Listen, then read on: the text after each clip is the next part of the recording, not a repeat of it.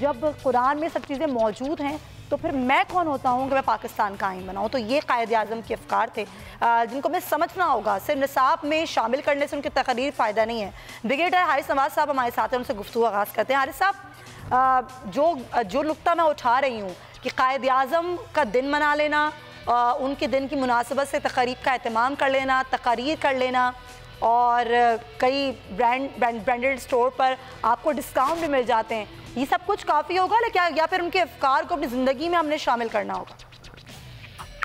دیکھیں سمیہ, سب سے بڑی افسوس کی بات یہ ہے کہ ہم صرف 25 دسمبر کو یاد کرتے ہیں کہ قائد اعظم کے کیا فرمان تھے, ان کا کیا نظریہ تھا, اور 2 قومی نظریہ جو انہوں نے پیش کیا. میرے خیال میں آج آکوپائڈ کشمیر میں بھی ہر جگہ مسلمان کہتے ہیں کہ قائد اعظم کی بہت بصیرت تھی, اور انہوں نے سوچ سمجھ کے بہت جلدی فیصلہ کر لیا کہ نہیں, مسلمان اور ہندو ایک اللہ تعالیٰ قومی ہے, مذہب ہے, ان کو علیحدہ رہنا چاہیے.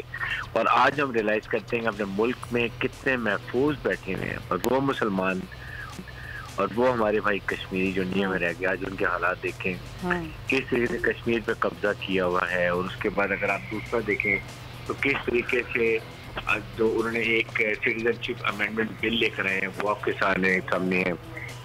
تو اس لیے میرے خیال میں آج کے دن ہمیں ایک عہد کرنا چاہیے کہ جو حضرت قائد اعظم محمد علیہ السلام نے پاکستان بنایا, جس کا نظریہ تھا, اس کو ہم آگے لے کے چلیں اور منوان اس پہ عمل کریں. اور انہوں نے یہ بھی کہا کہ پاکستان میں کوئی بھی ہم ڈسکریمنیشن نہیں رکھیں گے, ہم اقلیت سے آزاد ہیں اپنے مذہب کی اپنی مرضی کے حساب سے اس کو آبزرو کرنے کے لیے, اور پاکستان اسلام کے اصولوں پر ہونا چاہیے.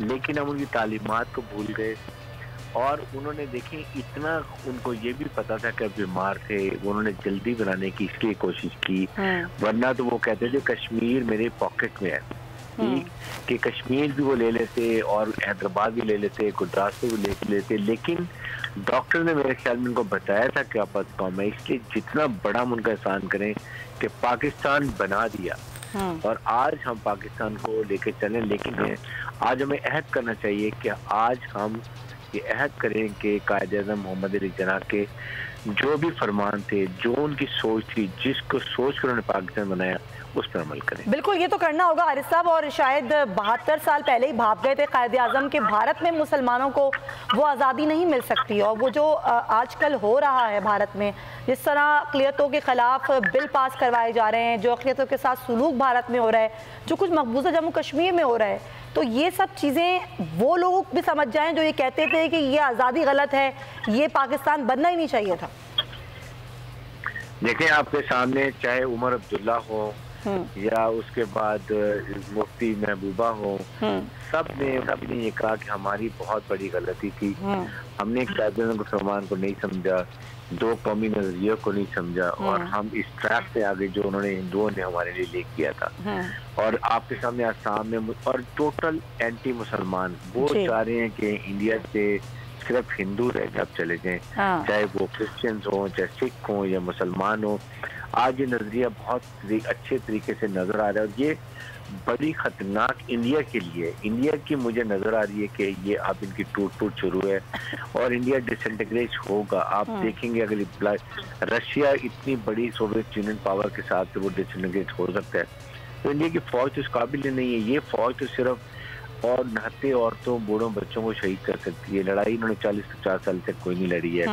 پاکستان کی فوج بیٹل ہارڈنڈ ہے, فلی ٹرینڈ ہے. ان چیزوں کو دیکھیں تو اب ہمیں شکر پاکستان ہمیں انہوں نے دیا, اور ہم تہتی دنیا تک قائد اعظم کو اسی طرح یاد رکھیں. He is father of the nation, اپنے باپ کو کوئی نہیں بھولتا ہے. He is a father of the nation, be as respect ہم.